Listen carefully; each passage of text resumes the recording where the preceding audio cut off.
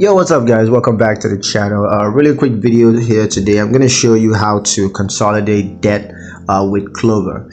So consolidating debt with Klover is a pretty simple process, and it can help you to simplify your finances. And here's a step-by-step guide on how to do that. So first thing you want to do is to log into your Klover account. Of course, you can log in on the mobile app, or you can log in on the website. And once you're logged into your account, you just want to click on debt and select consolidate debt. Now you're going to enter your debt information, including the debt amount and interest rate.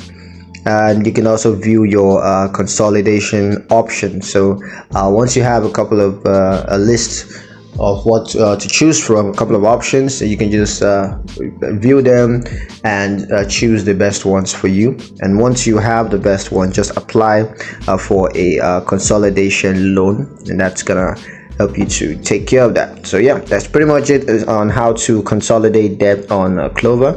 I hope you guys liked the video. Hope you found the information useful enough. If you did, like the video, comment down below, let me know what you thought, share the video with your friends, and subscribe to the channel if you haven't done so already. And I'll see you guys in the next one. Peace.